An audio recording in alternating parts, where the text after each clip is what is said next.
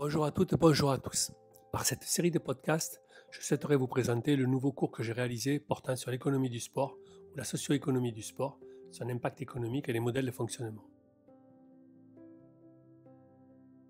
Pour ma part, mon parcours biographique m'a progressivement amené sur la voie de la connaissance, de l'éducation et de la formation.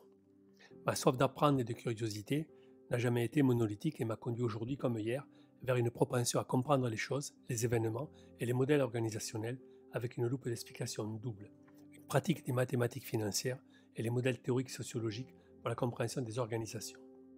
Mon savoir théorique s'est quant à lui consolidé avec mes différents sésames diplômants, chronologiquement diplômé d'un Master 2 en achat et logistique de l'Université de Grenoble, d'un Master 2 en audit financier et contrôle de gestion de Paris 1 Sorbonne, d'un exécutif MBA en stratégie et management des organisations du sport de l'ESG Nation Paris, et titulaire d'une exécutive master en sociologie des organisations et stratégie du changement de Sciences Po Paris.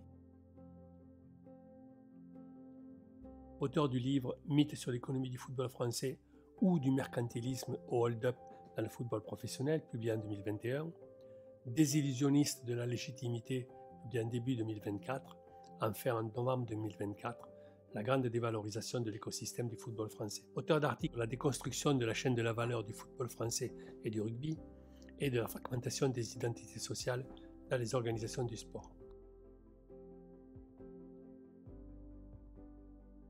Concepteur de jeux pédagogiques sous le concept de Compécosport, 11 jeux fondés sur une approche ludique, liée au sport, mais adaptée à tous les secteurs d'activité, conçus selon une progressivité pédagogique et destinés au public en formation initiale, tels les étudiants et les lycéens, et en formation continue, tels les salariés et les non-salariés. 11 jeux déclinés de la forme suivante: l'économie du sport ou l'économie générale, le financement dans le sport ou dans l'économie générale, l'entrepreneuriat, le contrôle de gestion, la performance stratégique, la stratégie événementielle, le management fondamental, le management organisationnel, l'analyse de la valeur, l'analyse des coûts et la fiscalité. Dans mes activités de formation, j'ai passé beaucoup de temps à tenter de vulgariser les connaissances, notamment celles qui concernent concrètement l'ensemble des différents publics, qui relèvent des dimensions économiques, financières, managériales et techniques.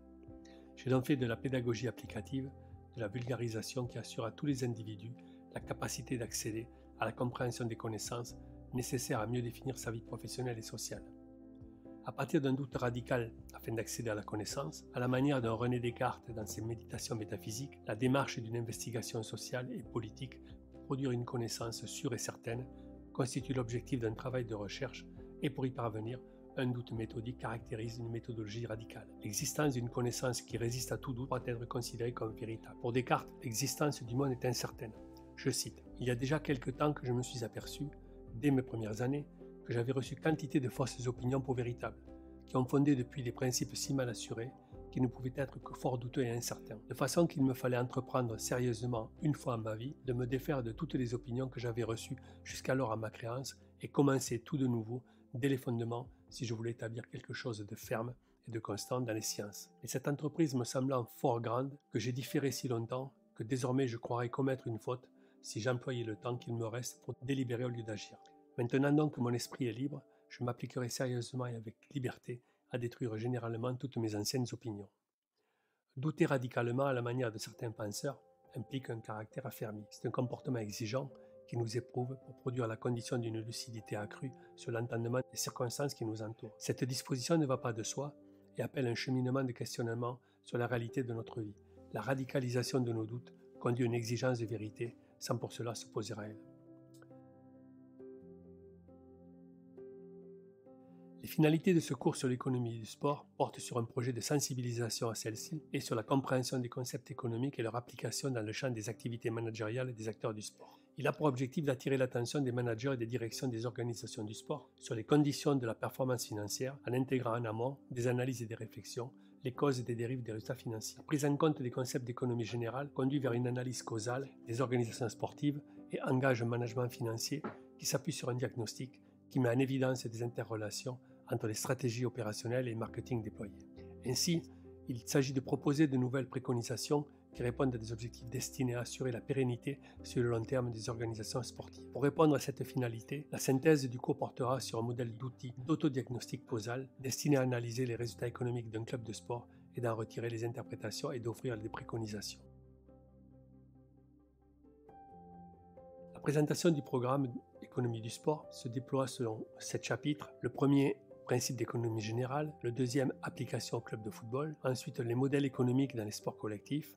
Puis la notion d'équilibre compétitif et éthique dans le sport. Enfin, la différence entre la ligue ouverte et la ligue fermée. Les modèles économiques dans les sports individuels et les spécificités de l'industrie de l'événementiel sportif. L'économie du sport désigne l'ensemble des relations et des flux économiques qui sont déclenchés par les activités physiques et sportives ou nécessaires au fonctionnement du sport. L'économie du sport est aussi l'ensemble des marchés sur lesquels s'échangent des biens et des services sportifs, ainsi que les facteurs, notamment du travail, nécessaires à leur production, et les relations qui se nouent entre ces divers acteurs, firmes, clubs sportifs, associations, consommateurs, sur ces marchés. La logique économique impose que l'ensemble des activités économiques liées au sport, le côté offre du sport, soit égal à l'ensemble de la valeur marchande des biens et des services achetés sur les différents marchés du sport, le côté demande du sport. Les différents marchés s'établissent de la manière suivante: les marchés de la pratique sportive, les marchés mondiaux du spectacle sportif, où les performances sportives sont offertes aux spectateurs. Les plus importants de ces spectacles sont produits en tant qu'événements sportifs mondiaux exigeant de disposer d'équipements sportifs spécifiques. Ainsi, les décisions d'investissement sont alors cruciales, ainsi que leurs retombées économiques. Le spectacle sportif engendre plusieurs marchés dérivés, celui de sa médiatisation, par le biais d'émissions et de retransmissions collectives et sportives, celui du sponsoring, celui des paris sportifs. Vient enfin le marché mondial desservi par l'industrie des articles de sport, ses firmes multinationales et son commerce international. Dans l'ensemble, l'économie du sport représente 2,6% du PIB en France en 2022, soit environ 64 milliards d'euros, selon l'observatoire de la BPCE, un poids supérieur dans l'économie en comparaison de l'agriculture de 1,9%. Cette tendance est observée sur l'ensemble de l'Union européenne, avec globalement un poids important dans le PIB et une part de l'emploi supérieure, soulignant le caractère très intensif des emplois dans ce secteur. Autour de 112 000 entreprises, 360 000 associations, 448 000 emplois, une consommation sportive des ménages de 55 milliards d'euros très diversifiée. Le poids économique des entreprises du sport se voit dominé par l'amont de la filière, le commerce et l'industrie.